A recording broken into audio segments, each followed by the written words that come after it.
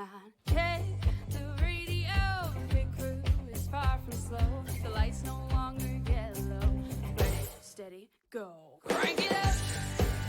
Oh, it's racing. Crank it up.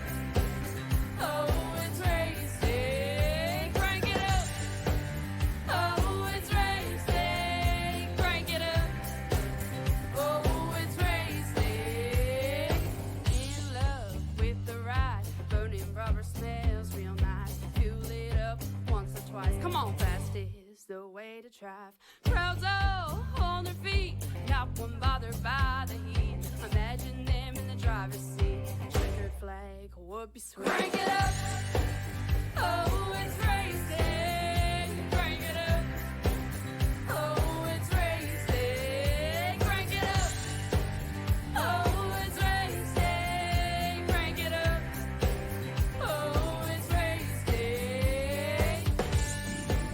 Everybody get ready. On your feet.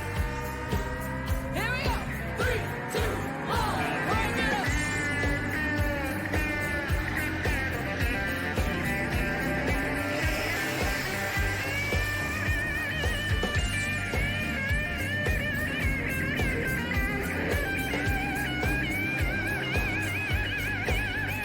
Crank it up.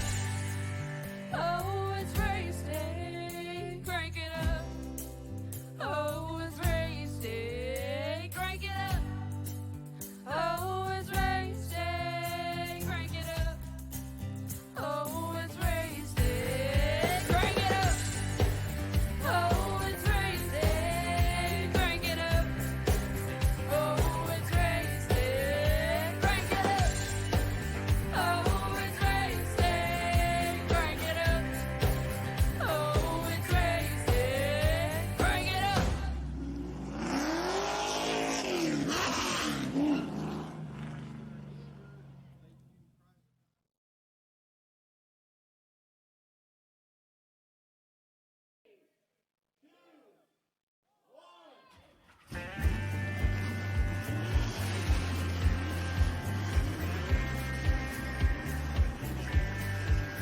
And with a beautiful sky like this, there's only one thing left to say. The skies are bright, the sun is shining, and the drivers are hot to the collar. It is time to race the final race before playoff contention here at Chicagoland Speedway. This is the GOAT Racing League here on PTM Racing TV. Hello everyone, and I am the Crusader, Christian Driver, joining you guys here today as we're getting ready for the action to kick off around here and get set for the playoffs.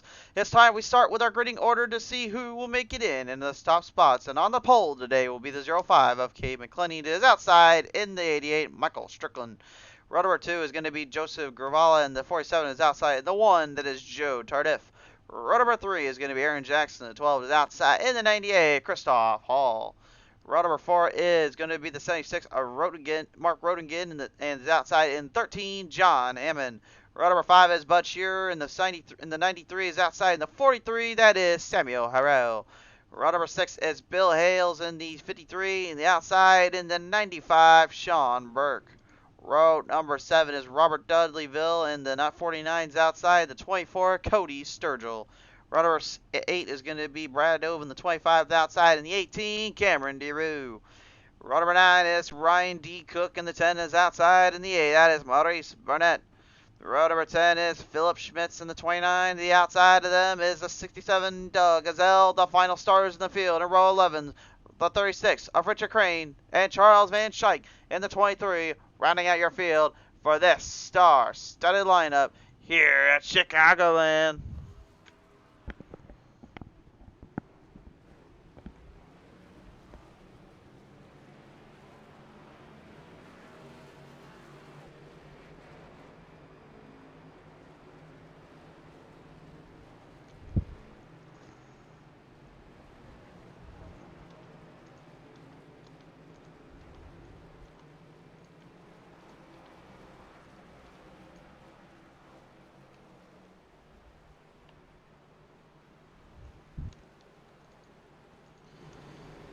Field breaking down into their categories, into their rows, everybody marching to their charts, getting ready to hit up the speeds and hit up the power that we're about to see here laid down on the track. 135 laps to the distance. Lap 30 and lap 70 going to be your timed stages here.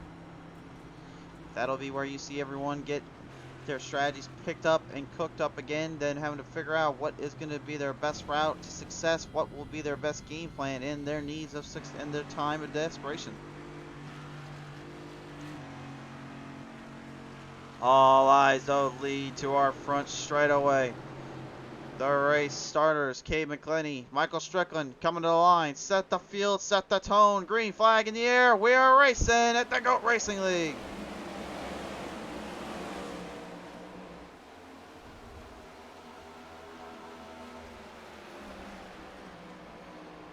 Dreams are made of this moment. They are made of this time period and this shot in the dark as we get them rallied off the first corner. It says Cade McClenny, your race leader. Michael Strickland taking right behind him here. Joseph Gravala moving into the third spot with Joe Tardif right behind him. Christoph Hall, the only charger right now, with Samuel Harrell making a little bit of a charge in that 43 up top side, looking for some positions.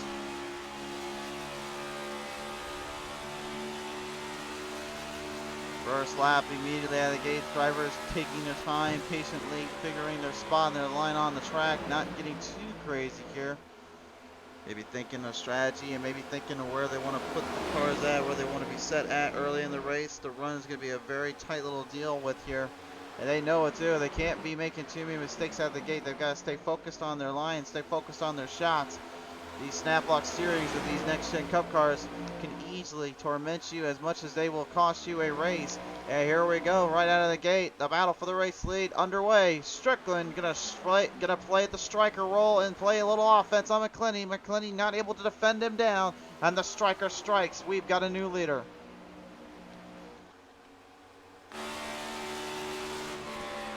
We saw what McClenny did though back at Indianapolis Motor Speedway. The first time we ever watched these guys out on the track, he dominated it from point A to point B, coming out of the gates, pretty much just leading that one out and taking full control of the race. So far, we're getting a little bit of a deja vu with Strickland taking control of his line, but does that lay out the long-term run? We don't know for sure yet. We can only speculate and see from there.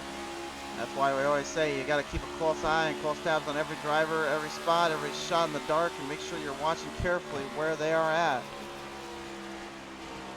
The Target 98 of Christoph Hall student up just a little bit. You see that number 47, Joseph Gravala, right behind him, trying to keep a close tab and tips on him to make sure he can stay not only in the draft, but also stay out of that dirty air production here. He needs to stay focused on really keeping the tires cool and keeping them from not being too pressurized. Too much steering in this track and it'll cost you dearly, and they know it too. Joe Gravala says, okay, Gravala, let's go. Go Army. Joe, great to have you on board here, sir.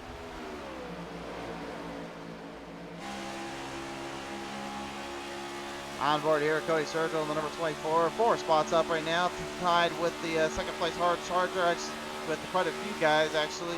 Robert Dudleyville, Dudley in that 49 happened to be one. Cameron DeRue another. And then Doug Ezel and Richard Crane. All 4 spots up so far in this heated field of packed races.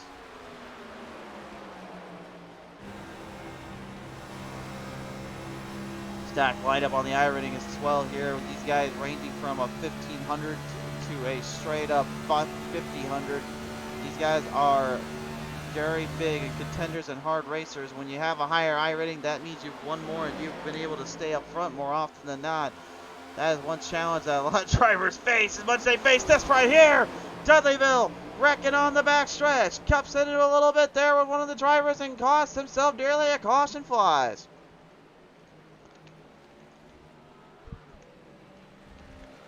Ooh. Oofa. Not the way I think Dudleyville was expecting that here. To the PTM Instant Replay, we take a look at it.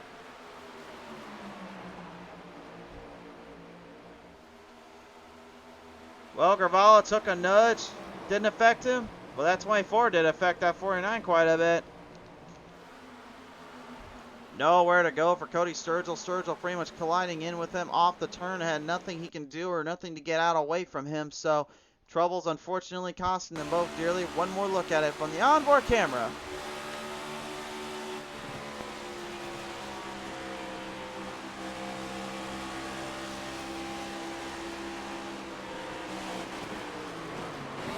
Yeah, funny thing is, you can take them around a little bit on the sides, but that doesn't mean anything about the corner panels there, guys.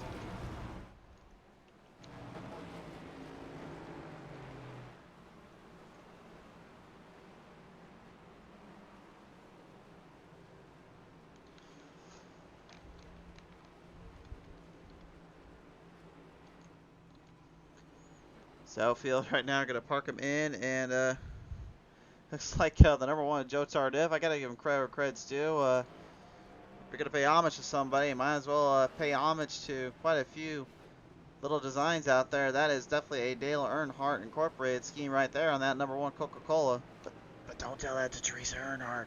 Anyway, she currently rocking a very old school scheme, and how fitting on the day that Dale Earnhardt had won his last race ever in the Cup Series, which was not at this track, but Talladega Super Speedway. How fitting he brings out a scheme commemorating and honoring his time. Now, of course, also, we have recently here at PTM Racing TV heard the news about a good driver and a fellow driver on the circuits, and Kurt Busch pretty much retiring from full-time competition. We wish you nothing but the best of luck out there, Kurt, and hopefully one day we can see you racing out on not only the iRacing planes, but also in the real world planes someday. But thank you for everything you've done throughout your career, sir.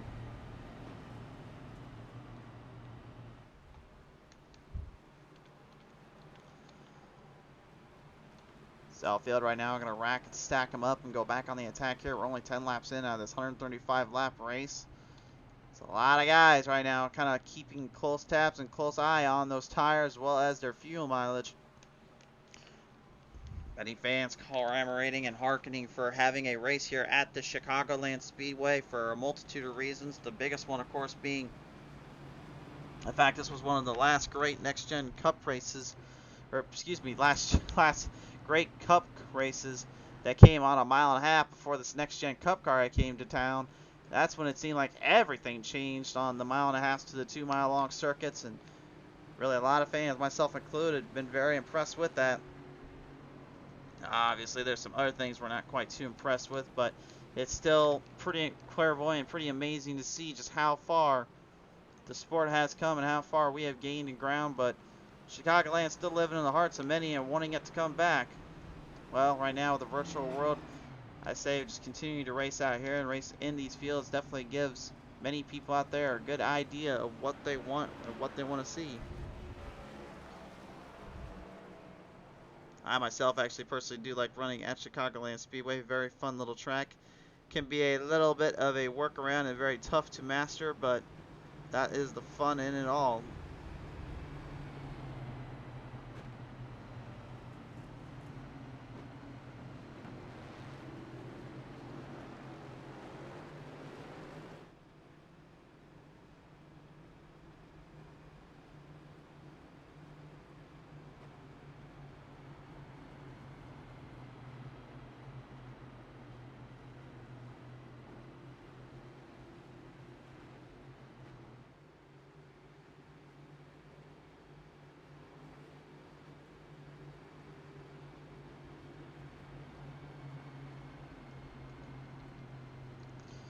Theo gonna bring him down the back straight away here. We'll line him off into the corners and into the turns.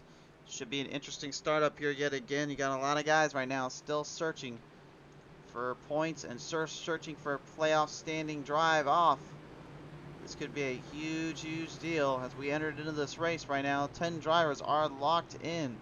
Michael Strickland, Joseph Gravala, Justin Reynolds, Sean Burke, Cody Sturgill, Bud Shearer, Aaron Jackson, Charles Van Schaik, Cameron DeRue, and Christoph Hall are all locked in. Those in the playoff contention: Bill Hales, Sammy Harrell, Richard Crane, Brandon Burkhart, John Hammond, Nathan Bogart are all on the chopping block, and they are close to it if they don't have a good run today. Let's find out what they can bring to the table as the green flag flies back on out.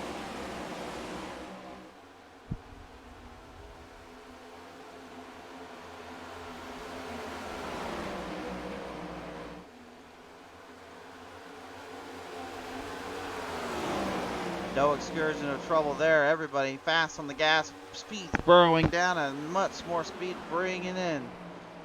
Tardif sent up a little bit from Christoph Hall. Christoph making it a little bit difficult retarded to get to the bottom line, and I think really he's more or less trying to look for a passing zone. Here comes the 47 of Gravala now, not making too many friends as he gets a little tag there to Christoph Hall. Maybe he's just trying to ruffle a few fenders down there, you never know. Outboard camera here, Maurice Bennett, the 8 Chevrolet Camaro right now is currently dealing with Brian D. Cook up on his outside, and John Hammond right in that mix too. There goes Hammond though up on the outside. Big pass there from the 13. Brian D. Cook was actually hanging around the bottom lane, so I have to clarify that real quick here as a little bit of an apology.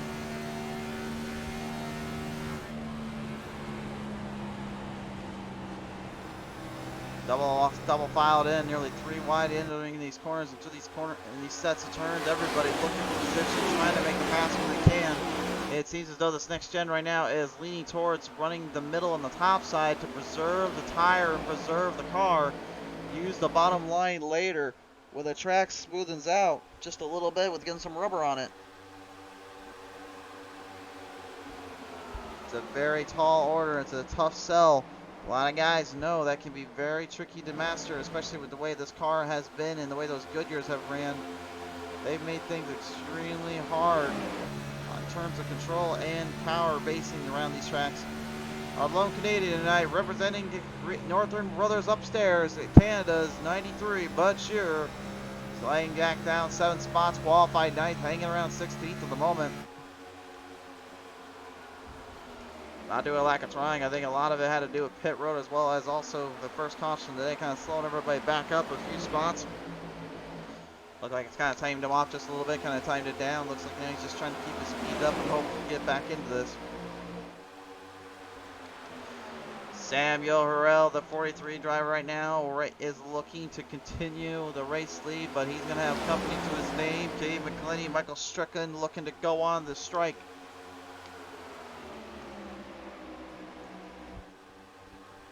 Harrell driving the famous and iconic number 43 car here today, but just a little bit of a different design, a new little look to it. And apparently the 05 McClenny, no respect to him there as he just has no care for the 43 name and number. He goes right up there with him and has himself a little bit of a feast or famine on the side of that car. McClenny though, like the old great king himself, does not back down from the fight.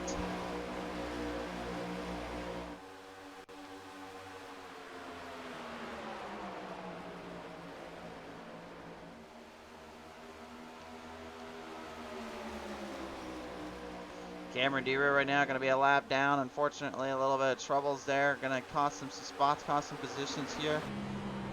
Came out of pit road, you see, and looked like he was just trying to get back into this field, back into this drive. Thankfully for him, though, he's only about 6 laps down in a 135 lap race. It's not too much, but he can get back into it at least.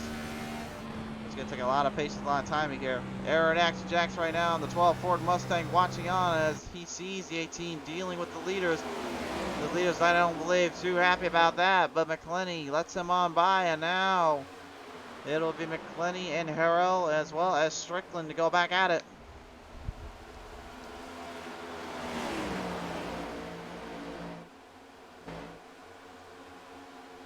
Bell Hales in the 53, moving his way side by side. Christoph Hall in the 98 now. Hall and Hales get him in a little bit of a time too, gapped in the pressures.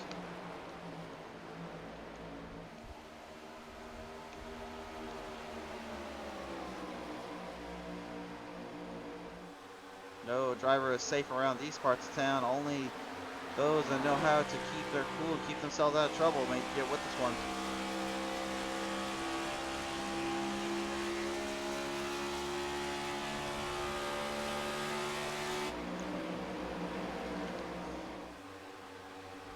Yeah, again, this is only stage 1 too. We still got 2 more stages to go, and you've seen a lot of great battles early on. You've seen a lot of heavy hitters throwing down quickly, and some even getting themselves into a bit of trouble when they least expect it.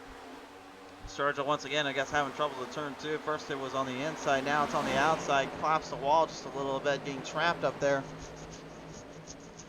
He needs to figure out how to tone that thing down a bit and help himself up a bit here. Fastest lap times on your screen right now. And right at the moment, pretty surprisingly, the fastest of the bunch actually went to Mark Rodingen. Rodingen laying down at 31.21. That was his fastest of the day. And he is currently hanging around in the 14th spot at the moment, which just kind of tells you a lot of how he's handling the nerves and how he's handling the car around. I think he's currently just trying to struggle with what's going at his game plan and at his strength here. Speed is one thing, but being fast is a whole different story versus being a driver. A driver can be fast and keep control of the race.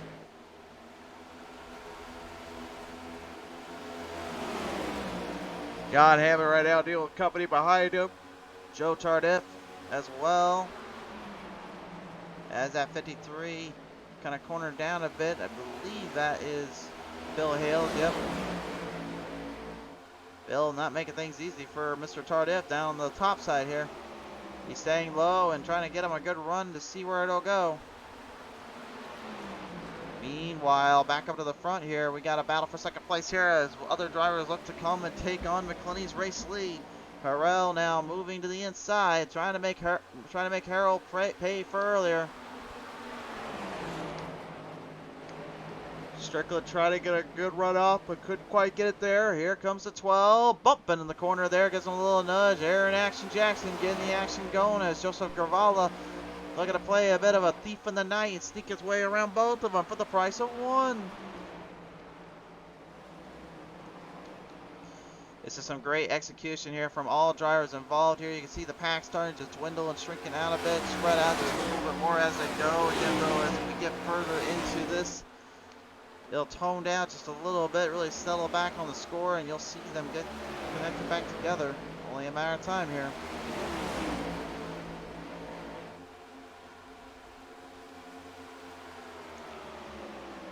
Philip Smith, the 29, coming right behind that good wrench motor.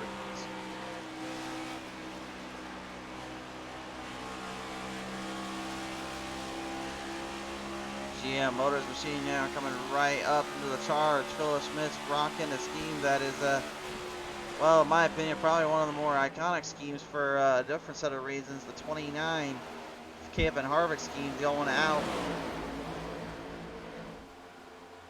Kind of hard to believe too, but I think Kevin Harvick literally has one of the last of the remaining pillars when it came to the beginning of the 2000s in sport for NASCAR. And to have see that car as well as that number 1 of Joe Tardif's scheme representing Dale Earnhardt Sr.'s ride, Dale Earnhardt Incorporated. It's a complete it's kind of a little weird, guys. You know, just kind of knowing that so much has changed, and yet here we are so many years later, and it just seems like nothing really has been lost to time.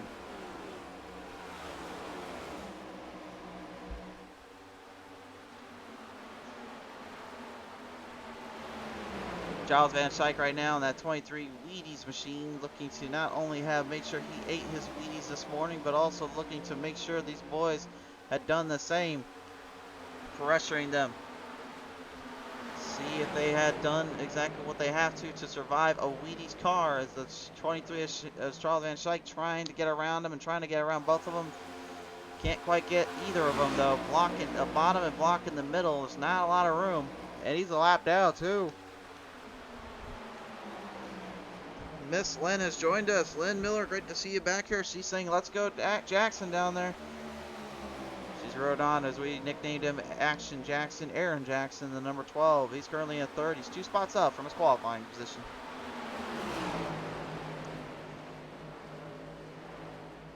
Bud Shearer now looking like he's making a bit of a comeback run trail. He is going for broke. He's going for it all as we are on lap 30 now. Everybody did their best and did what they could. Try to hunt down this guy coming off of turn number 2 this time on by. And Cade McClenny with a huge lead off, trying to keep Strickland behind, but the striker looking to come on the attack. Jackson going to draft with him. I don't think it's going to have time though. Entering into turn number 3 and 4 to catch him. Off the distance into the corner they go. And that's not going to be enough time. Stage number 1 belongs to Cade McClenny.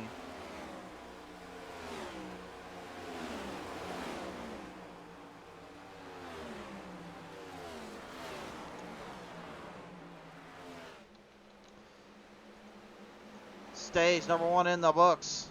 And McClenny showing a great deal of control and stability, able to take down the rest of the field and hang on. But now that begs the question, will he be able to continue on, and will he be able to keep that momentum arose and afloat? That is going to be a very tough challenge for him. Because in stage number 2, I guarantee you those top 5 guys, Harrell, Gravala, Jackson, and Strickland, will not hesitate to start really putting pressure on him. Now again though, he is already locked in to the championship round.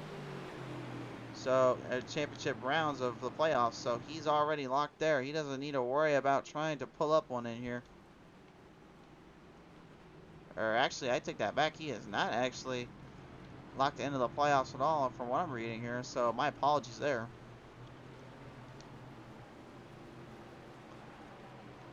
Aaron Jackson, though, is for sure. Charles Van Schaik, doesn't matter what happens here. He's already good. Christoph Hall and Cameron DeRue, they're good. Yeah, apologies there. I did not realize that we didn't have him Cabe on the sheet here, so really, I guess really doesn't matter what he does in this case. He's already out, I guess. Sean Burke already locked in. Cody Sturgill, Bud Shearer, he's locked in as well. Justin Reynolds, Joseph Gravala, and then Strickland. I think he's just kind of at this point just racing for keeps.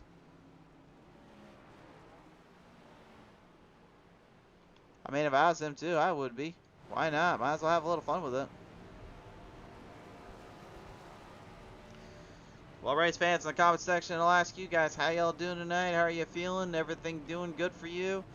We sure have missed you over these last couple of days. I know we broadcasted these guys Tuesday night, but you know, we still miss you. Still feels like forever and a day until we get back on the calls with you. So hope you're doing well and hope you're still enjoying the action and the coverage. So McClenny getting out of pit road first, but it's Bud Shearer and Christoph Hall taking the second and third spot away from Strickland, and even Sean Burke kind of popping his name under the hat. It's the first time we have seen the 95 Mustang out here. Gotta say too, I know I like the look of the Mustangs we have now on these cars here, but I have got to be a little bit clairvoyant and honest. I think I prefer the look of the nose of the 95's Ford Mustang. Or actually, I think it's on all the Mustangs here. Hold on, I thought they looked a little bit different than that. Maybe I'm wrong. Maybe I'm just going crazy. See if I get a good look at Charles Van Schaik's front of the nose. Oh, no, that's the difference. Yeah, they're slightly different. I'm pretty sure the Mustang we see right now is the one that, at least for those two there, the 95 and the 93, I'm pretty sure that's the design the Car of Tomorrow's had there. Let me know in the comment section if that's true or not, guys. Maybe I'm going crazy, but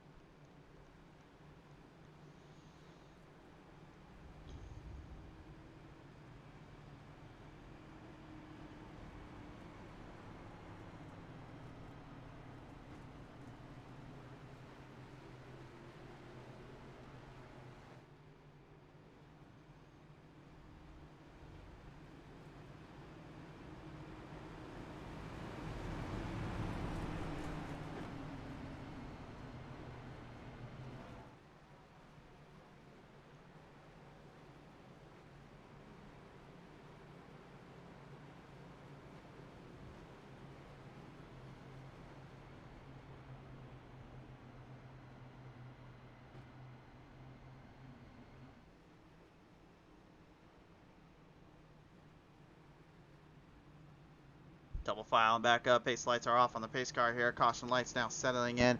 We're getting ready to get to the action here once again, race fans.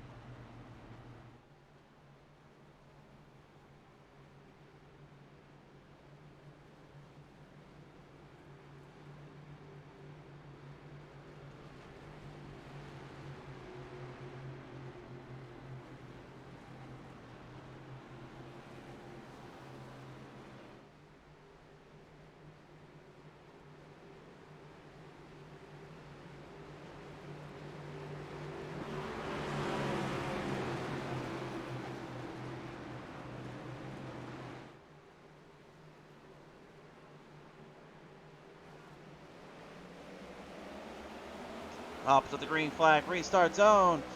Back at it again.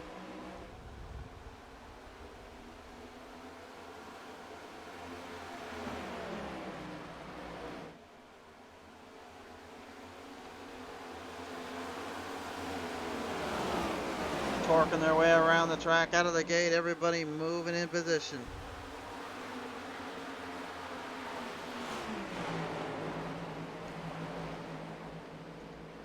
Samuel Rell in the 43 going to be put back a few spots here. Bill Hales in the 53 moving his way through the chains. Cameron DeGrew still trying to get his 18 M&M's machine up to the front, up to the charge. Lap 70 is the lap we're looking for this one. To end stage number 2.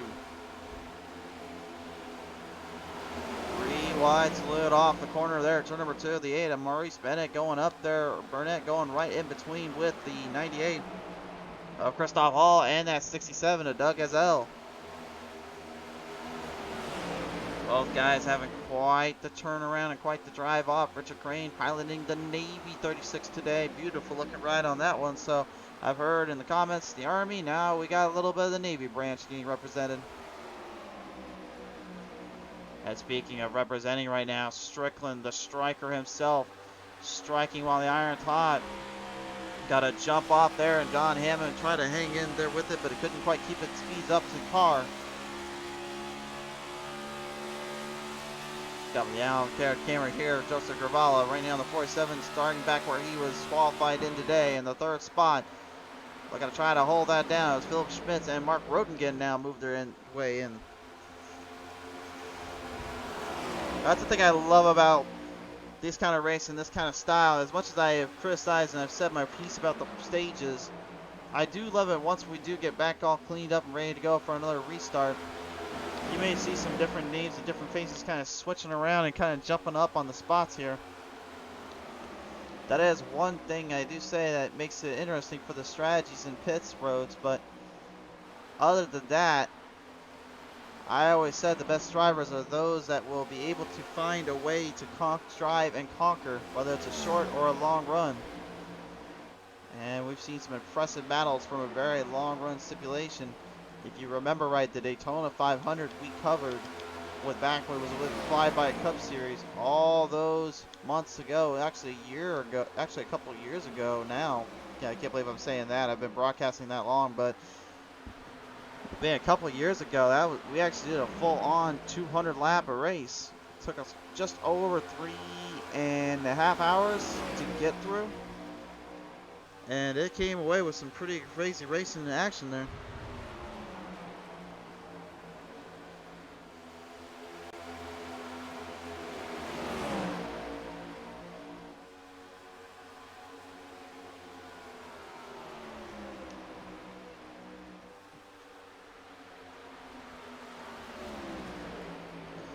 John Hammond in the 13 trying to put the Joker Mobile up to the front, but Strickland is asking him, why are you so serious?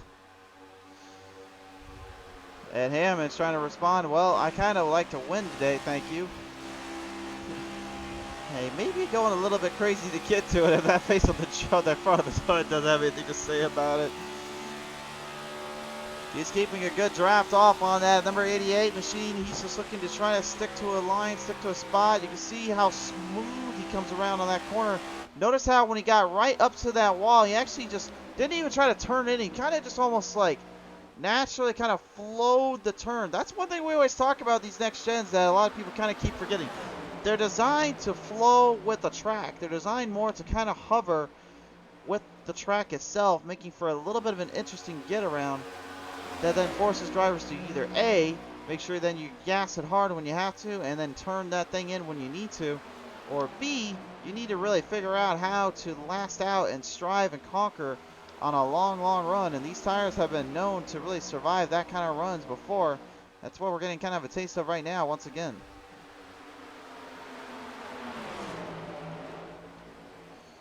Joe Tardif moving into the 4th spot, now coming back for the 47 of Joseph Gravala. Both guys right now looking strong as can be.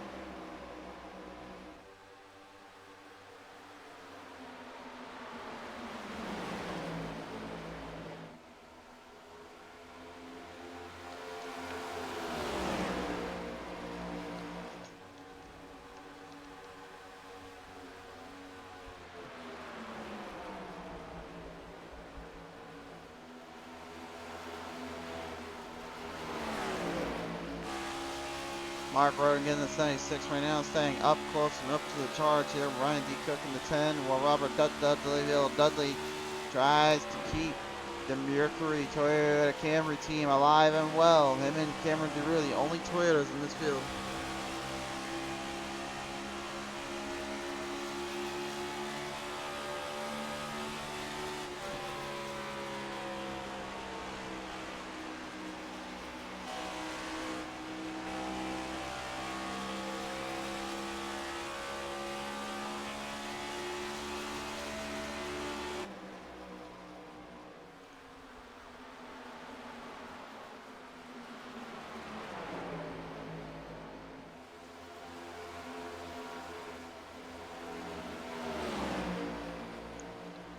Forty-eight of the 135 laps right now have been completed. We are still need to finish up this one and get this one cleared out a bit. Ryan D. Cook in the number 10, pocketed up outside, top side there as 10 spots up. He is currently running from 17th to 7th.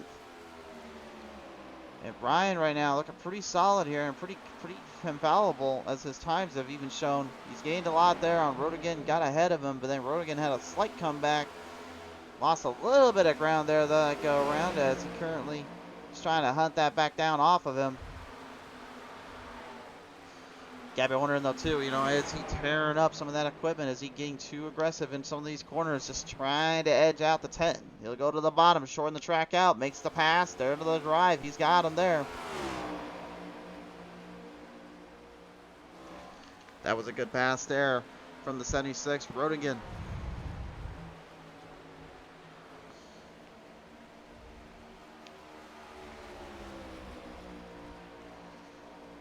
So many positions and so many key roles for every single one of these drivers to have to look for and try to look into when they get later into these races and later into these battles here. It's quite impressive.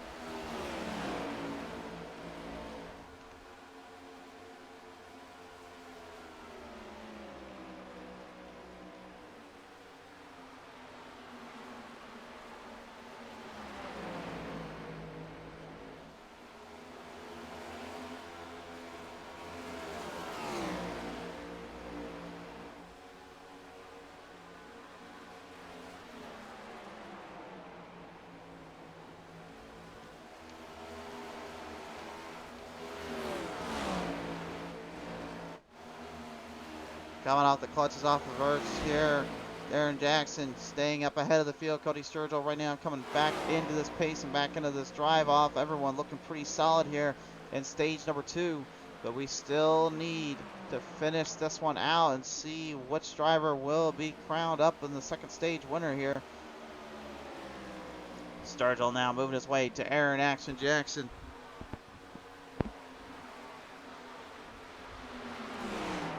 Jackson looking to maybe make a pass though. He's got a run coming on. Bud Shearer right now in the RBS 93. Down about, gonna be down a lap, but again, no worries there. I think this one is just to gain more points and traction, just see where he'll go into the standing points and into the start and into positions when they come to the race itself.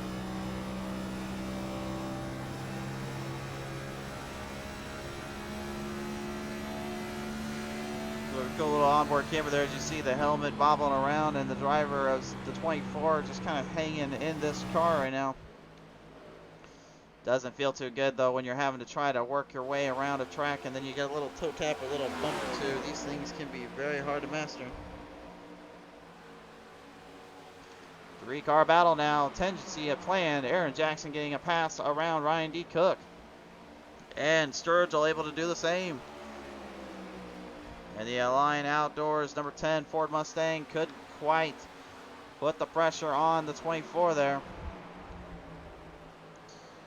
I think a lot of that could be due to a multitude of factors and a little bit of a multitude of drive here, but I think really it all boiled down to one thing. The 10 just had overcooked the tires a little too quickly, then had to resort to backing down a little bit.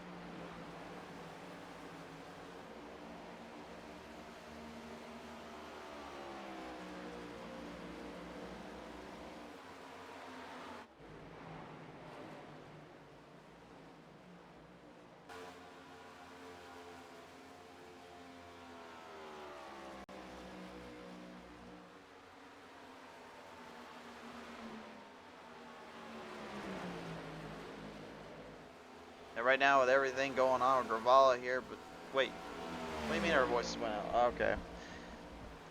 I guess apparently our voices went out there as we were trying to do a call. We had a great little battle going on there. I guess whatever we missed, it was a huge little battle going on between the drivers of Rodigan and Cook down there, but that's slowing, and it has slowed off on the pace, slowed down on the track. Pit stops now being made. Philip Schmitz, Cody Sturgill have all now made their way in through and out of pit road. Aaron Jackson, Ryan D. Cook here are now entering their way in.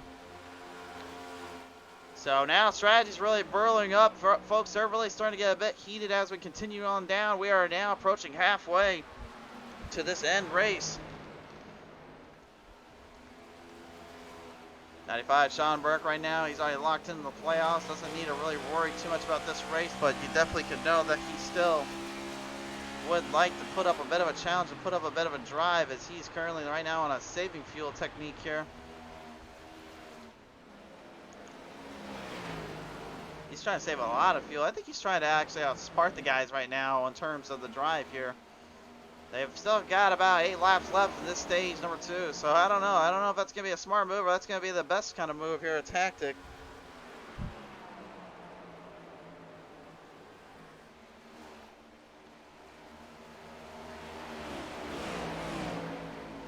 Popping them around off a turn number 4 that time by. Robert Dudley now gaining a good ground on Joe Tardif. Went from about 6.6 tenths of a second to about 5.5 tenths of a second. Tardif trying to stay in control. Dudley closing him down though. Closing off, and even the 29. That being, of course, Philip Schmitz trying to get back on the lead lap, so really his main focus is just to get ahead of everybody and not worry about the rest. Pit stops being made. The 49 enters in.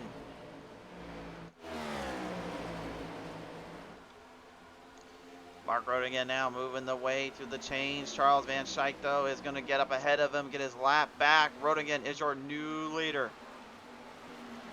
And he's got about a 3.5 second lead over Maurice Burnett right now, so I don't think he has got too much to worry about in that case.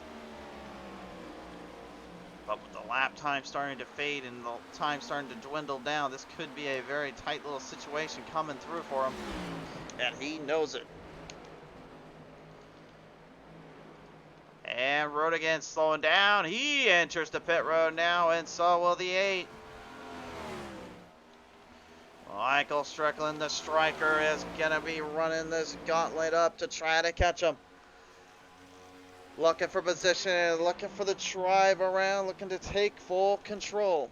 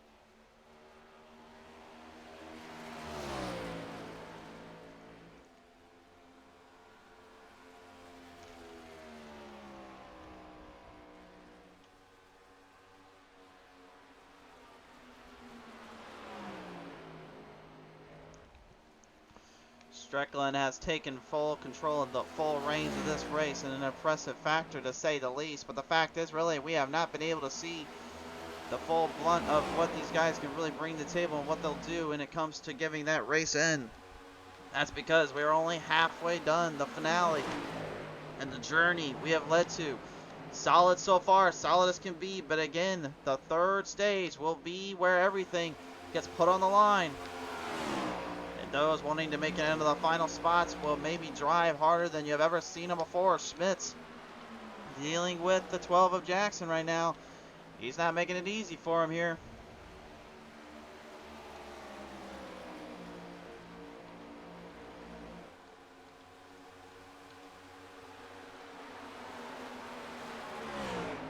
Schmitz, of course, here, he's not even locked into the playoffs either. He's not even anywhere near that. So this race could make a huge difference in terms of scope and position for him and his team. He would certainly like that. But off the final legs, these corners, and off the final ends of these turns, the 88 of Michael Strickland. Last time he was hunting down for the top spot over Cade McClenny. This time the shoe is on the other foot. Stage number 2 is going to belong to the 88. Michael the Striker Strickland wins stage number 2.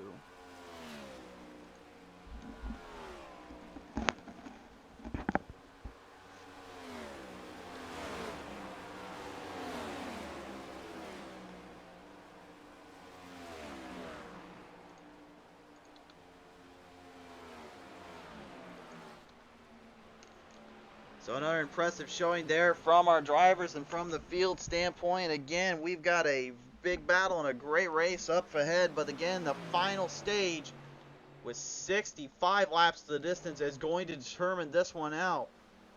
But who will be the one to determine and finalize that out? We'll soon find out here in just a brief short few. But nevertheless, race fans, thank you again so much for coming on board here tonight. And we do appreciate you tuning in. If you guys are new to the channel, or if you just joined us for the first time, first off, welcome. Second off, if you would like and follow us up here on our Facebook and or our YouTube, where we got exclusive content going there and live broadcasting and calls. Be sure to join there and subscribe for more great content. While you're at it, ring the bell for more notifications when we have maybe these races from the Facebook Live put there as well. So thank you nevertheless. We appreciate you coming on board. Also follow our other social media platforms at LeadPTM on Twitter, and maybe not also do kind of crazy things like these guys just did. I don't think Gravalo was expecting that. He just got a little toe tap there from one of the guys.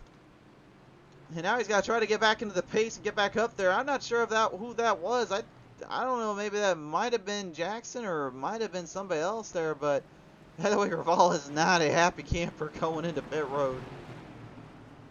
Hurries in and he makes it just in time, but that was definitely not what he was expecting by any means of the imagination.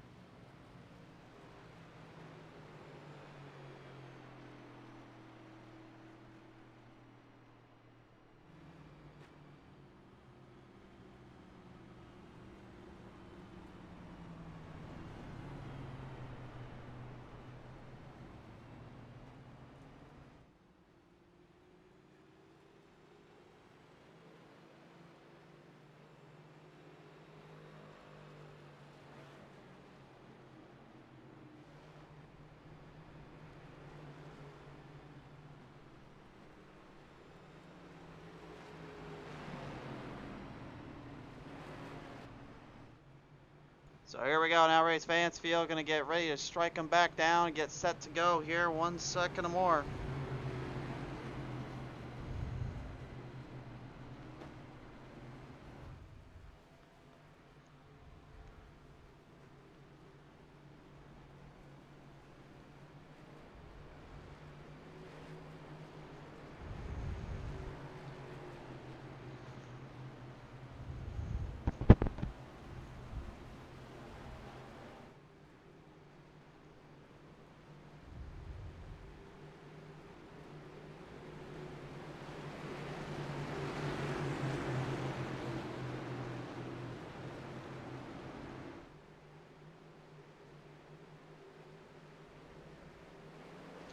Running them down to the edges of the track. Here we go. Green flag high in the air once again.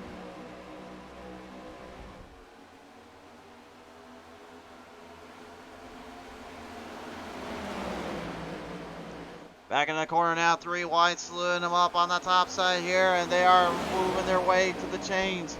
Every driver right now just trying to get positioned up and set to go. 3 wide down into the corner entries. They will hammer down again. They are still at each other's door panel. 3 wide off of 4.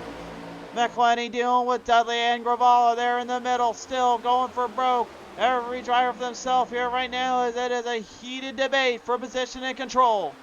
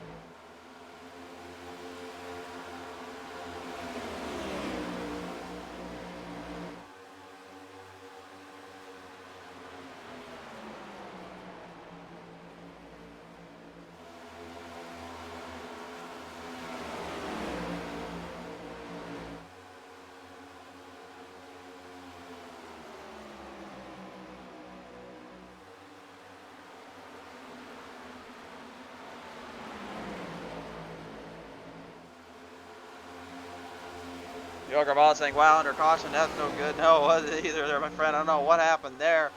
All we do know is the battle going on right now between these drivers and between this field has been ramping up quite as it goes. John Hammond there on the inside right now dealing with the 10 of Ryan D. Cook. Cook trying to cook up some hard-hitting, hard drives here as he gets cooked up a little bit too, though. A little clip from the 13. Hammond playing no favors there. He did not want anything else to do with it. Man, oh man, here, race fans, some serious driving off and some serious heavy action going through the field and to the paces.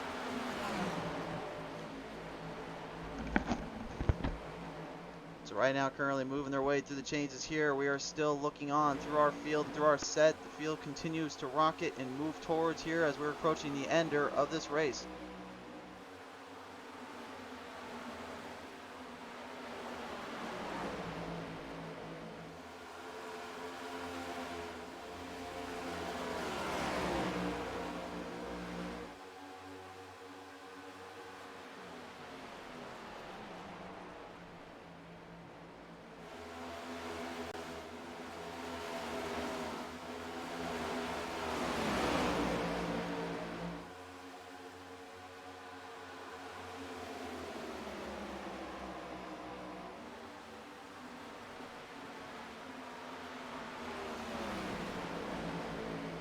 So field working their way around out of the corners here.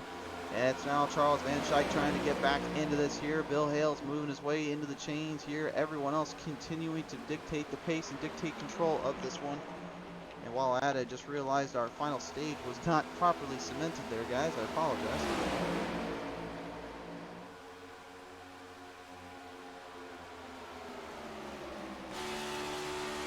Right around off the corners here into the turns. Everybody's still running their grounds, running the field, and everyone trying to find openings when they can with 50 laps remaining.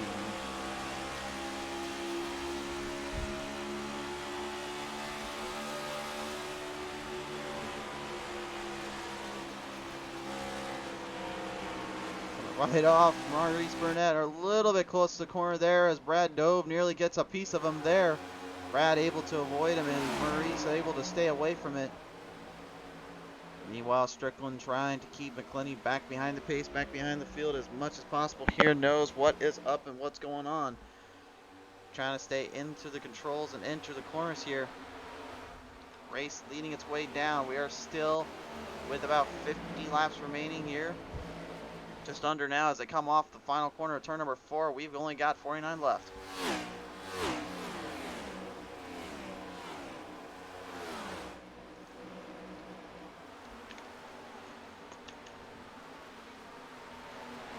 Moving up through the chains, the 43, Samuel Harrell right now dealing with company here. Aaron Jackson also kind of mixing it up a bit. It is a go-time battle between these two as they throw the heavy shots and the heavy blows.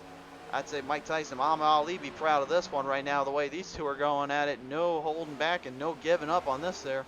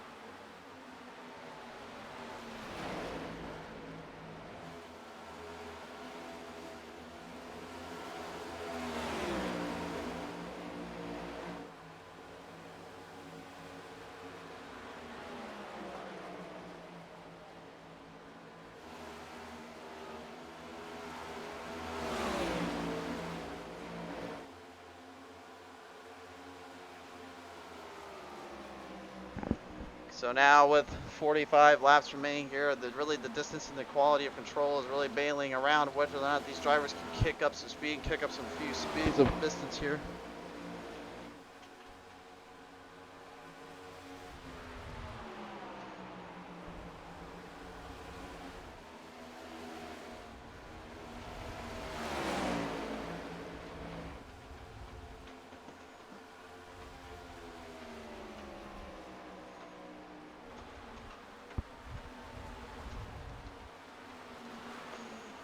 Mark Road again, and Samuel Harrell now going to go at it once more. The 43 has had quite a day here. Harrell putting the focus factor up into the top 5 plenty of times. Actually led a few of this race here for quite a time before passed by Strickland in stage number 2.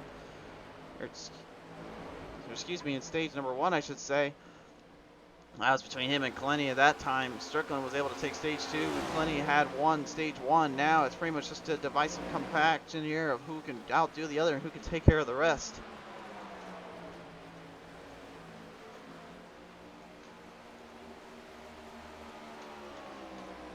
Smith's marking his way to the chains here. He's got some drives off. He's got some speeds up in the distance.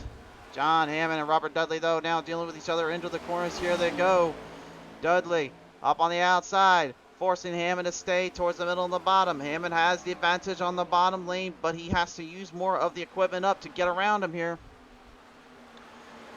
That results in giving Dudley the long run XP. But Dudley, too, also has to be careful. He can't overdrive those corners, because if he does, that outside will bite him. And it got him there. Now coming for the crossover. Could a slide job be in effect? Almost does. Gets it into the Hammond, though, right in turn number 3. Both drivers continue the pace. Now we see a lot of those fenders being put together all day race here, and this one has been pretty much kind of who can strive against the other and who can hang on for the longest time. Hammond been struggling to really keep up and keep down in the dirt here, and now he's looking to trying to keep these boys behind him. Meanwhile, Strickland running on a bit of his last keg and his last legs here of this fuel mileage run. McClenny is coming up quick, and he's coming up fast.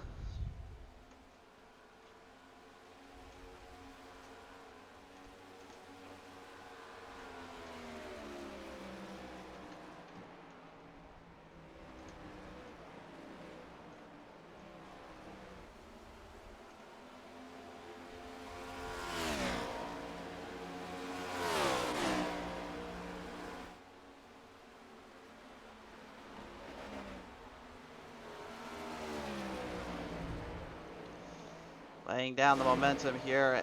This is getting further and further into the race, and we're getting deeper around the track. No giving up now. Moving up to the change, Charles Van Schaik in 23, dealing with Bill Hales in the 53 right above him. Top side clearing up. We're down to only 40 to go. And with those 40 laps remaining too, that can really bolster down a few things. Depending on how this change goes, how the struggles become, it could be a matter of time before you see one of those tires start to give up, or you see one of the drivers start to fade out a bit, and then let the other pass on by. That's the biggest thing they're dealing with and struggling with right now, and they are well aware of it.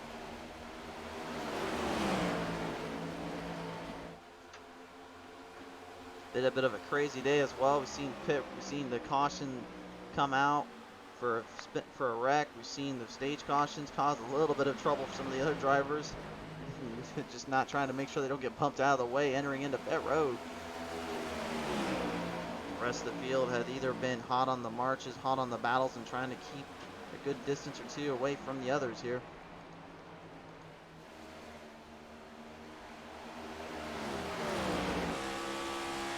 On board here with the 53 of Bill Hales right now, continuing to march to the distance and march to the tune of his own drum here.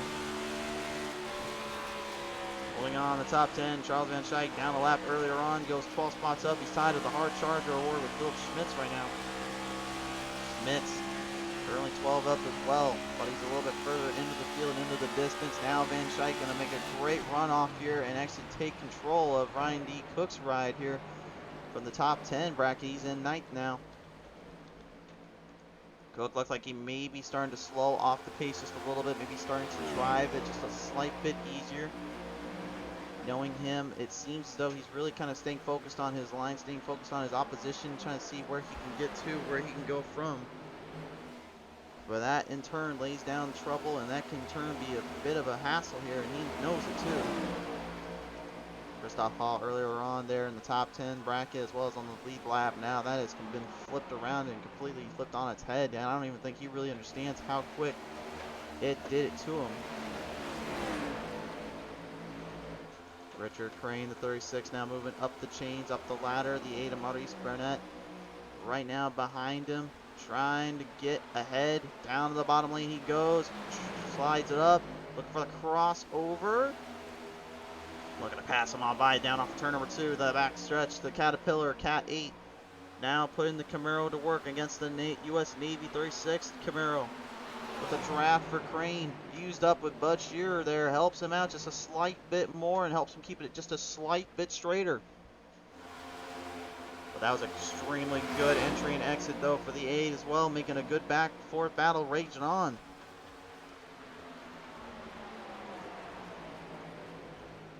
Seemingly nobody is safe right now in terms of scope or terms of position. It seems everyone has got a stake in a playing field on the card deck here.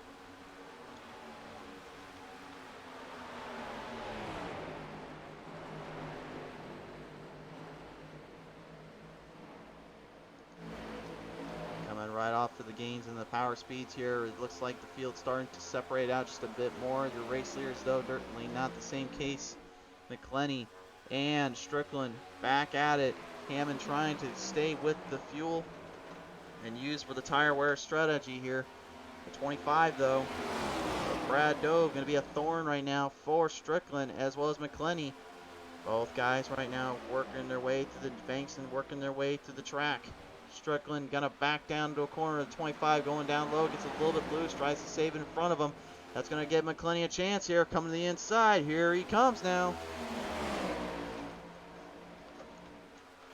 Opportunity awakening here for the 35 here, for the 05, excuse me, as the 88 deals with that 25 in front. McClenny takes advantage. Big runoff, and it's McClenny to the lead as he goes into pit road immediately, quickened off. Trying to get it saved there. Oh my, what a quick little save there on the pit road he goes. Strickland can't say the same, and he gets into Hammond there. That's going to slow him down even more here. Oh my.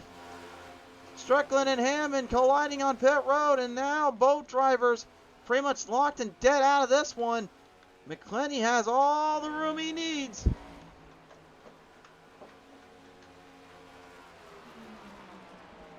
He's got all the room he needs. He's got everything he wants under his collar and under his radar. Now just trying to stay in control and stay in position and perform here. Can he keep it going though and keep it through to the distance in the end? That's going to be the biggest thing he can hear. Don't mind the humidifier if you hear a little bit of background noise here. It's a little chilly up here, so. We are in Chicago, and it is the middle of October, guys. I mean, come on. You didn't think it really was going to be that cold around here, did you? It's cold, and it does not feel good, even for an Iowa boy like me. 30 laps left to the distance right now. Samuel Horrell in the 43 still trying to get one up on these boys, and he's going to get a good pit stop in. As you saw, McClenny, though, already on the verge and on the charge to get back to him.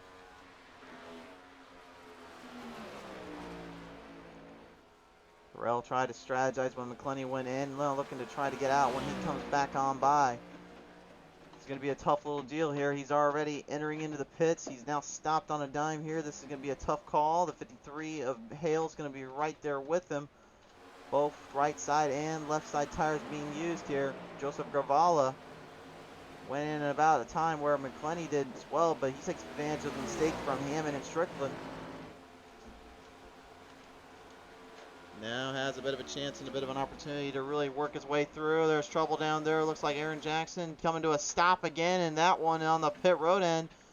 Aaron Jackson has stopped on pit road and spun on out. Now he's going to have to try to get that thing worked back in and try to get around back on the track. This is a tough little situation scenario for these drivers, and he knows it. Everybody right now struggling not only to get in pit road, but just get in cleanly. Charles Van Schaik going to try to do the absolute longest run here, and he is going to be your ultimate hard charger of the day. The first time today he will take the lead, and he started back in 22nd position. And you can even hear just that fuel run there. He is gassing off and then clutching in as he enters into the turn. That is to help preserve the fuel and preserve the car as much as he possibly can. Listen to this.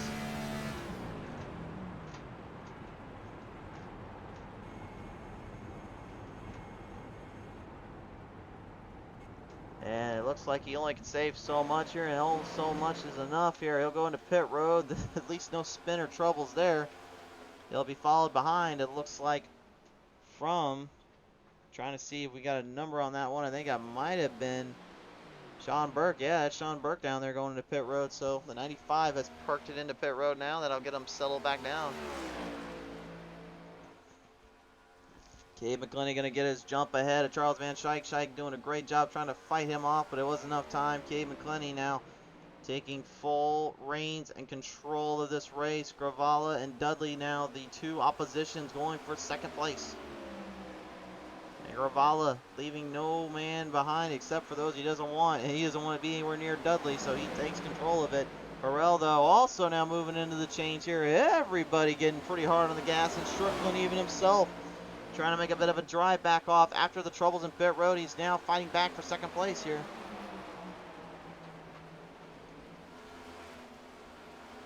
Ooh, 26 laps remaining in this one, and everybody, and I mean everyone, getting their stuff in, trying to strive off and trying to conquer while they can.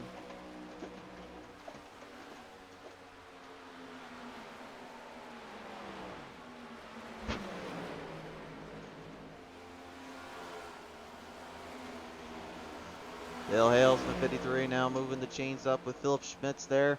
Schmitz still continuing to dictate the pace. Bill Hales kind of working his way around with 25 laps left to go. Anything is possible here on PTM Racing TV and Chicagoland Speedway. Has given us results before. We could get more of it here.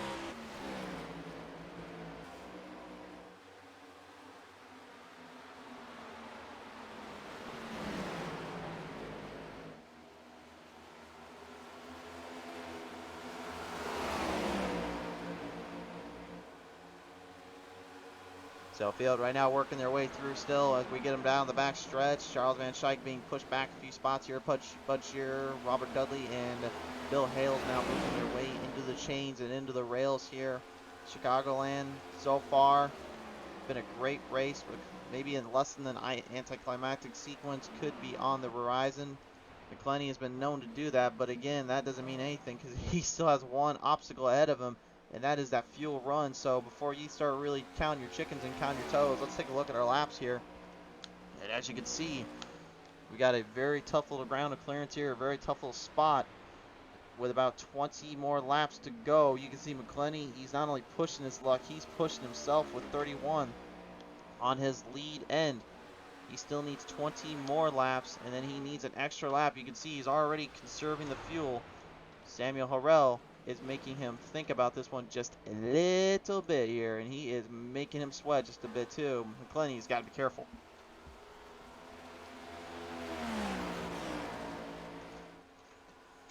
Not only does he have to be careful, he's also got to keep a close tab and an eye on where and when position will be key and where he'll be able to make his way into the chains and into the fields. Not a whole lot of areas to really be taking from and really be able to keep it going from there.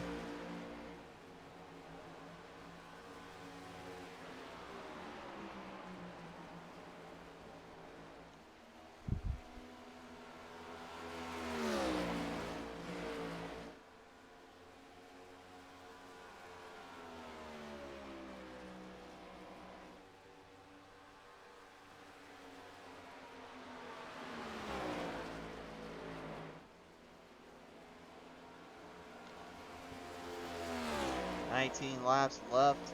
Field starting to feel the pressure, starting to really quicken their pace and trying to figure out what will come next. Right now, the 14 positions are the only ones on the lead lap.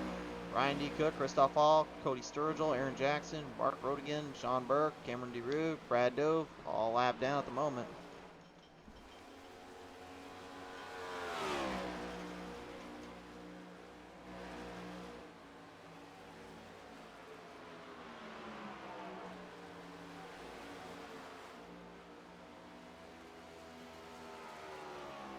About 18 laps left to go here. Field starting to duct tape the straps, trying to see what they can do.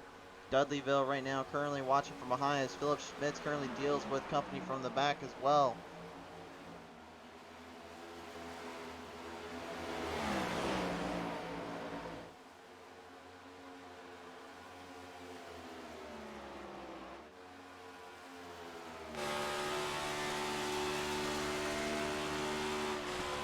Joseph Graval right now up ahead of the field here, moving his way with Cody Sturgill right behind, trying to deal with the pressure.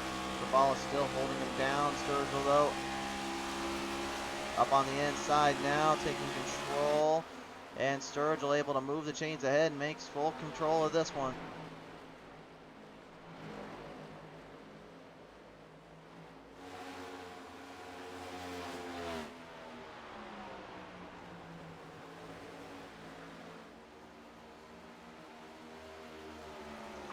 Look at this now. Looks like Charles Van Schaik making a promising little return up to the field. He's got a third spot up, getting ahead of Strickland. Strickland, I don't even think realized he was coming for him and coming too quickly until it was too little too late, managing to dictate the pace, dictate the control of this field. And now looks like he might just have something left in case Harrell and McClenny make a mistake here.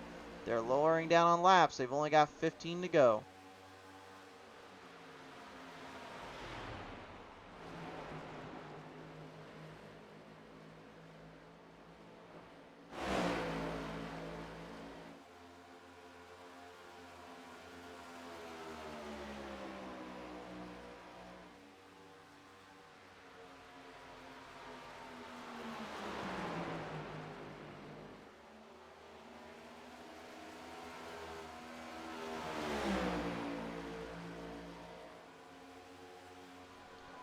Mark Rodigan right now on that 76, getting up ahead of the 25 again, though. Rogan laps down compared to the 25. In this case here, actually Brad Dove actually laps more down than him, so actually letting him by just to kind of get him out of the way and out of trouble if he can. Just moving his way through and hanging in there. Schmitz and Burnett right now, the last of your remaining competitors in terms of distance close to really drive and race it out from. At this point, it's really a race against time, and it's a race against fuel and mileage here. Everyone getting what they can, getting what they can get out of this car, and hoping for the best.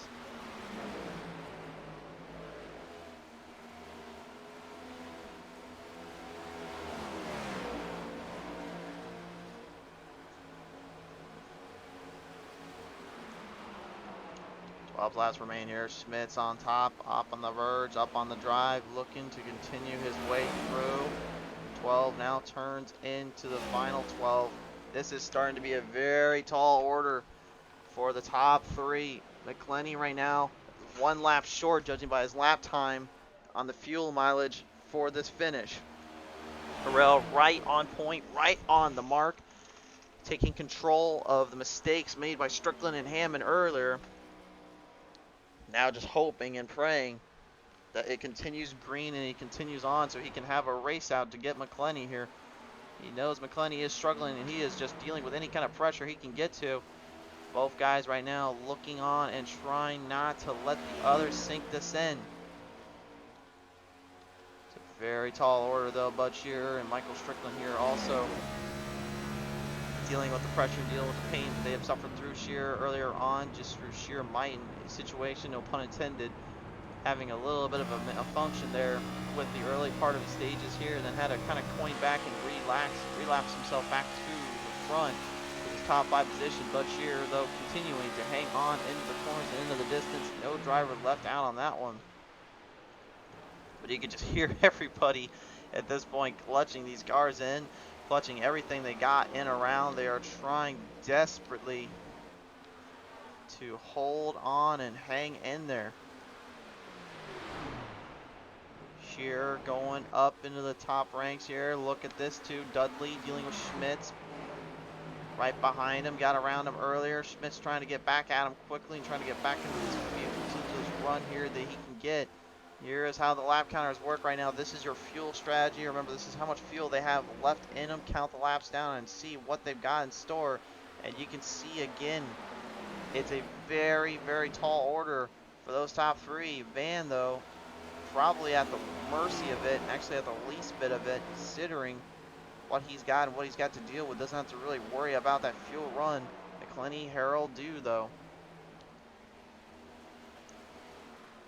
Giles Van Schaik again, 19 spots up, looking to try and steal this one away. Harrell trying to give him what it's worth and trying to stay in it. Key McClenny, though, your race leader, starting to slow up a bit. Harold is catching up to him a bit here. This could be a bit of an opening for him. Let's look at the lap times, and you can see this is a gain and a gain and a gain. No position left unchecked, no position left unmarked. And this is getting even more hard for him to realize because he's getting 0.3 of a second off him every single lap. So McClenny now feeling a bit of pressure, feeling a bit of that speed coming. We've got 6 laps to go when he gets it across this finish line here. When the final 5 laps come up, we'll put the top 5 on your screen here, race fans. Right now, continuously and continuing through. The fastest lap time still going to Mark Road again with that 31.21. Surprising because, again, the fastest laps that were set earlier were in the 2s to the 1/10 of a second, making it that much more impressive just how quick and how dictating of the pace they are controlled under the speed here and under this rhythm.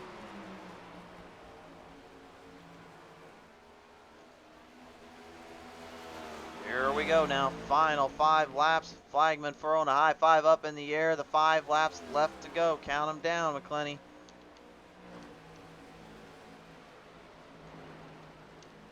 Philip Smith, 29, Gooderens plus service driver right now, so still trying to hang into the top 10 bracket. Richard Crane doing a great job, 13 spots up as well, 12 for Schmitz, but Crane going 13, managing to work his way back from 21st into 8th today.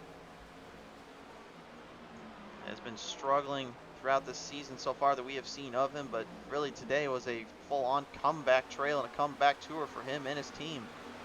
And that definitely did a number for him and helped him out. Brad Dove now parking right behind Strickland here. A little bit of a work shootout here. Looks like maybe just kind of keeping him on his toes, keeping him on the pressure. McClenny desperately trying to hold on, trying to avoid a fuel mileage and race. He's got 3 more to cook up. If he can get it to the white flag, this will set the tone for him. Charles Van Schaik, though, I think he's now just kind of realizing where he's at and now knows what he can do. He's looking to catch Harrell here. Samuel Harrell right now is right in the mix and in the fold, and you can see Schaik is literally about, I'd say, about 4 car lengths back. That's about a second and just under 2/10 back over him. Now closing in a second and a 10. He's getting a lot of ground on him. He can easily take the second spot over if he's not careful. Samuel is trying to make McClenny think about this just a little bit more to try to have to roll to the line, but with 2 laps to go, now this is starting to turn into, does McClenny have enough to finish it? And it certainly sounds like it. You don't hear him clutching no more. I think he's got enough. If they bring it to the white flag, this one will end under the green. McClenny needs 2 more good corners and then needs to set 4 final corners to win this out. He's on the verge. He's on the march. Here we go from corner number 4. White flag high in the air, this time by, it is McClenny who has the lead. Saving the fuel. You can hear him clutch it in just the slightest bit. The HFM Ford Mustang 05 has been in victory lane a couple times already, but this one I think would mean quite a bit to know he outlasted this entire field on a fuel run strategy versus his tire run strategy last time in Indy off of corner number 4. This time on by Kay McClenny will win it here at Chicagoland Speedway.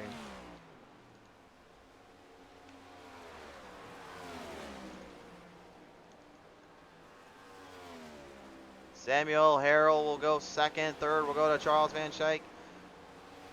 Bud Shearer goes 4th. Michael Strickland 5th. Robert Dudley gets 6th. 7 to Philip Schmitz. Richard Crane going 8th. 9th to Maurice Burnett. And 10th with Joseph Gravala rounding it out. But my friends, this one has been a wild shootout from start to finish here at Chicagoland. And Kay McClenny just barely able to hang on and eke this one on by. Only one thing left for him to do. Time to celebrate a little bit here today. If he's got any fuel left, I don't know, maybe he just wants to park it there and just let the fans kind of admire him for a little bit. Oh, there he goes. He was just waiting for everyone else to get across the line before he did anything crazy. He's got it going. There's the burnouts we were working for.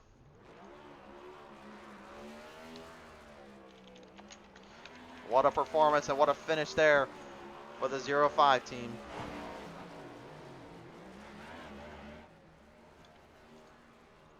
As the celebrations kick off for that team, here is your final results on your screen. Mentioned the top 10 earlier on.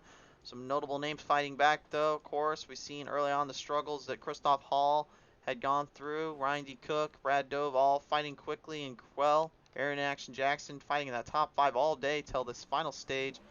Cost him a bit. A very interesting set of circumstances for everyone involved today.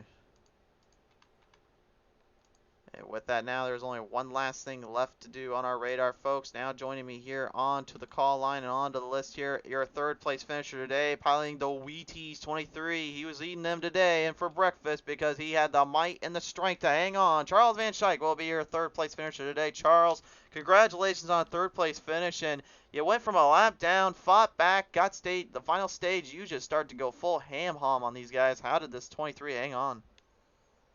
Well, I had to, fortunately my computer kind of, took a little bit of a, crap there right at the beginning, so I started 2 laps down and just got lucky to get back on the lead lap there. with a caution, and then, I feel it on the burnout.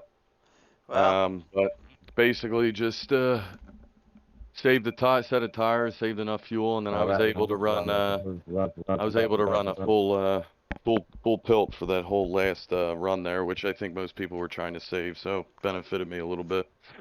It did indeed. Now I got to ask you too. I mean, I know it's been a while since we really have seen you kind of pinpoint and topping it off here in the podium spot, but for you and this crew, I mean, how meaningful was this third place finish for you, for considering how far you were back in this one? Yeah, I mean, it feels good. I mean, obviously, and you know, 2 laps down, and drivers were doing well to make sure no one else went a lap down when I was 2. So, but yeah, to be able to fight back and get you know, a top 3 at a track that's really unfamiliar to all of us in these cars, it's a good thing going into the playoffs. So. Absolutely. Well, nevertheless, Charles, a third place finish here for you and this crew. I got to ask you, sir, who do you want to thank for that today? Well, thank you for doing the broadcast. Thank my admin, Sammy, Christoph, um, and Nate, who wasn't here tonight, for everything they do for me when I'm not able to be on. Thank Nate, he was also my teammate, and also the teammates over at Fastlane. Aaron was the only one running tonight, but Ricky, Brandon, those guys, Ron, and John. You know, obviously the sponsors of the league, Global Strategy Team, W.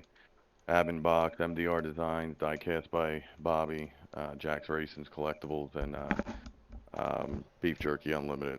League wouldn't go on, or wouldn't be as easy to run, have less difficulties because of them, so I appreciate it. For sure there, Charles. Congratulations. Well deserved on a fight back for third. All right, thanks, man. Charles Van Schaik, ladies and gentlemen, going away third today out of the bunch. Your second place finisher, though, coming to us from the number 43 Chevrolet Camaro driver, Samuel Harrell, putting up a good fight and making things a little more tricky for McClenny there on the last bit. Harrell, congratulations on the second place finish, though. I know probably you were thinking the same thing we were thinking.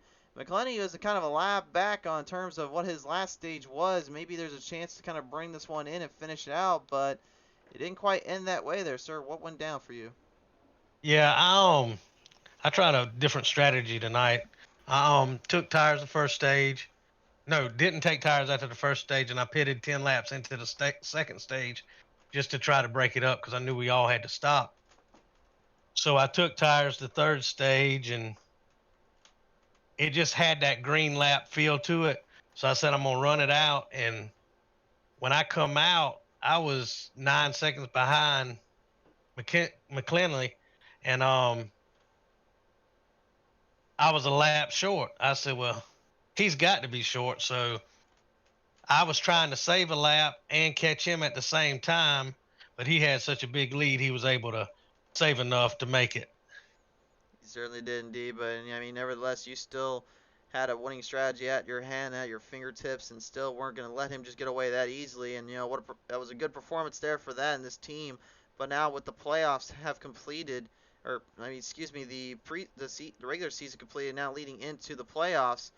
I mean, how much more trouble and more work is it going to be, you think, to really now take some of these guys down? Because it seems like that's going to really up the ante a little bit, isn't it?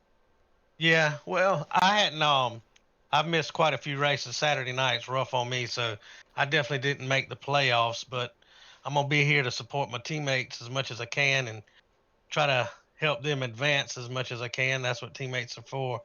But I got to give a shout out to Charles. That son of a gun, he come out the pits 9 seconds behind me and almost run me down. So, but he had that extra lap of fuel also.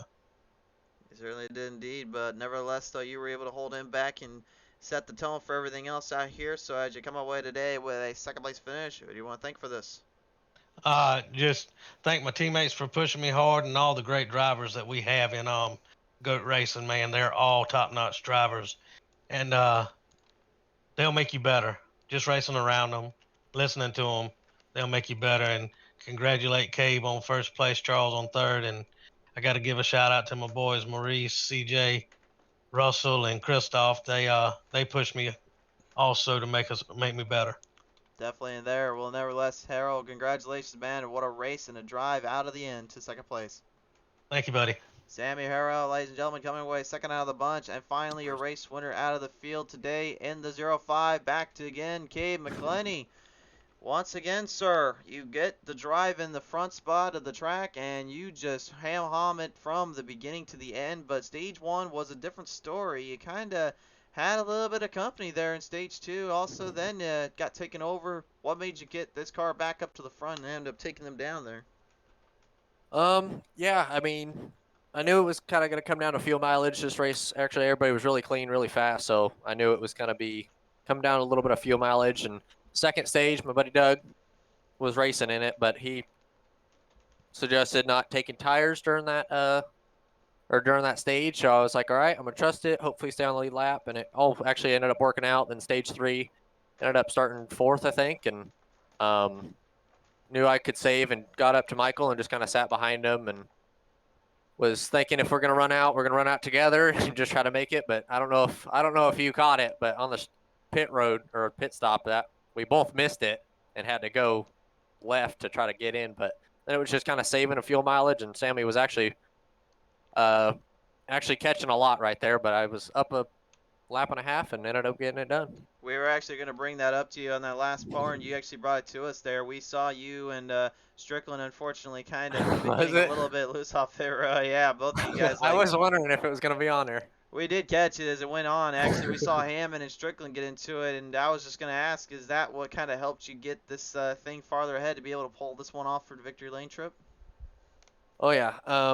Yeah, I know my buddy Nick was actually, I told him jump in, and he kind of crew chiefed it, kept me calm during it, was kind of helping me about fuel strategy and stuff. But I knew Michael was going to be quick, and then Sammy started catching, so I knew it was going to be down to fuel mileage, obviously. But Nick ended up helping me a lot in that last stage, so shout out to him. But yeah, fun all the way.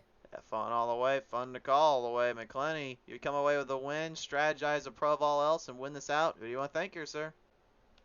Just want to thank my buddy Doug and Nick for kind of the spotting and helping, crew chiefing and stuff, and DriveX guy actually who runs ARCA was helping him this weekend and stuff. So